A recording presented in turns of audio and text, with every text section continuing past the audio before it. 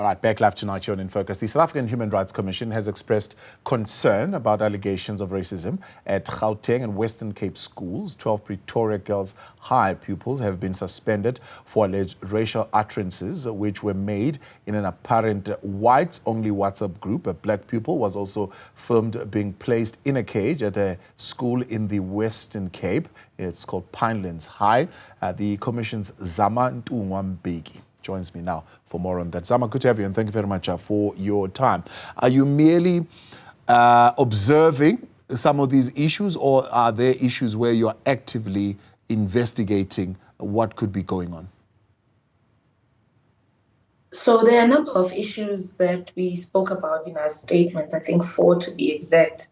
In terms of the issue with Pretoria Girls, that matter, we have spoken with the Gauteng Department of Education. We are also investigating that matter. But at this present moment, we've given GDE the opportunity to go in and do what it needs to do, and then produce the report, which will be given then to the Commission, noting all of the different factors that are at play. So for different investigations that you've been mentioned, we've taken a different approach, but nonetheless to say that the Commission is looking at all of them, though not through the same lens. Yeah. When you're saying you're looking at them with a view to later, I suppose, hold an inquiry, like, for example, we have seen in other instances, so as to get to the bottom of it. No, definitely. I think one has to look at, like, for instance, at Pretoria Girls, where I said that we've already engaged with all of the departments, and what we've said to the departments, the Gauteng department specifically, is that we will allow the department to go in first, and then we will come in later with our investigation, also assessing what the department has done and whether those measures have been adequate themselves. In terms of the utterances that have been made at the council meeting, those are under investigation. We've received a number of complaints from the Democratic Alliance, VF, as well as members of the public concerning those as well. So all of the approaches are different, but definitely I can confirm that the Commission is looking at them and is investigating all of them, and will be taking the necessary approaches for all of the matters once it's done its assessments. So the question of whether or not we have taken significant steps in policy, in legislation to deal with systemic prejudice or racism, if you want to put it that way. What is the view of the Commission on that? I think what we are seeing is, and you're right, we're using systemic racism as the term, because what we seem to be struggling with as a country is really to getting to the root of racism, to the root of discrimination or unfair discrimination broadly. I think what we're seeing with that is that particularly when incidents happen in school, people always think that the schools would be exempt and that children are exempt from what is going on in the communities or in their homes. But if we understand the school to just be a microcosm of what is going on in society, we will then understand that the school would not be exempt. I think year in and year out, the Commission continues to report that it receives a really high number of hate speech matters across the board in the discrimination spectrum, in the workplace, in family, road rage incidents. And what we're seeing is that whatever is currently going on, seemingly even criminal sanctions, or even the Hate Crimes Act itself, are not enough of a deterrence. So we really need to rethink how we look at addressing systemic racism in our country, and how we look at addressing discrimination broadly in our country when we still receive challenges year in and year out.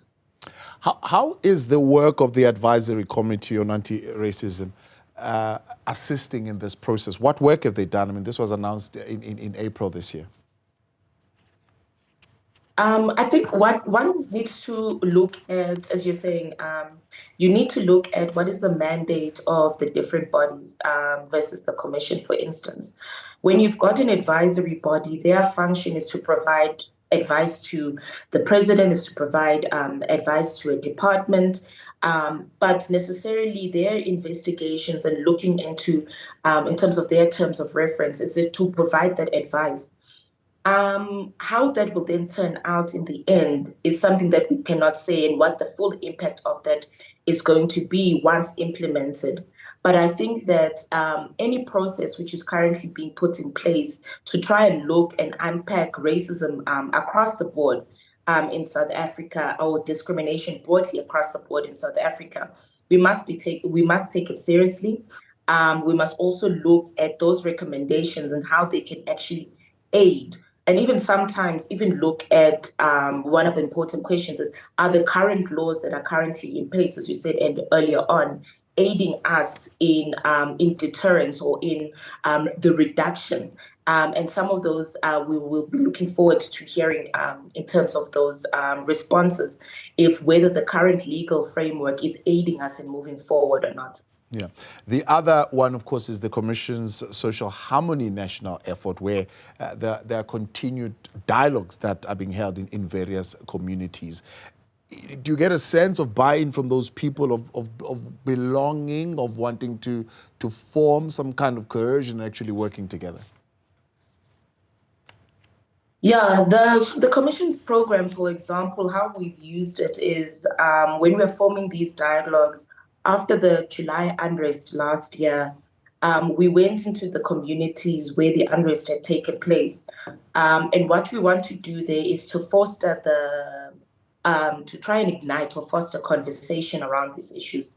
It's sometimes very important, not sometimes, it's actually very important that we recognize that in some communities there are such tensions that exist, particularly when we saw following the unrest in July in 2021. How do we then make sure that those communities move forward, or there's an understanding or at least an acknowledgement that there are racial tensions or that there are tensions that exist in those communities? I think we see year in and year out, particularly in communities that were affected by the unrest. I think somebody else had gone as far as to say that every 30 years, there is some form of unrest between Blacks and Indians, in the Durban region. But when one has an acknowledgement of that, you need to then say, what is it that we could be doing, or what programs should we be putting in place to make sure that we curb or address the tensions that are going on in those communities. So sometimes the legal framework, yes, it's there. Criminal sanctions are there with SAPS, but also dialogue becomes very important, that to make sure that people actually acknowledge that there is an elephant in the room and that there are tensions in the community. Politics. How do politics play to fan the flame, if you like, but also maybe are they playing a deliberate role in disempowering this scourge, this pandemic of racism, if you like? I think in an ideal world, we would have a situation where the work of the commissioner would not be necessary, but also would not be used against the leaders in this country. We've seen it many times where leaders in this country are themselves the perpetrators or the users of hate speech. And when we as the commission go in to alert them that, what you've actually said constitutes hate speech, there's also a level of reluctance. And hence that investigation that we spoke about earlier on, that if we're going to be talking about deterrence for ordinary South Africans, there's something to be said about leading by example, that our leaders need to be at the forefront of saying that we will not be using this particular language. We will discourage our members in our political parties from having particular views, or actually when they are found guilty of such utterances, that there were going to be strong measures that are put in place. So I think that people look up to the leaders and they should be leading by example. And that will then also aid us in our work, but also to provide and say, when something like this does happen in our political party or in our party, it's a zero tolerance from our side as the political party. And I think that would aid us in terms of curbing what is currently going on, because it will then end up falling off or being a reflection with ordinary South Africans.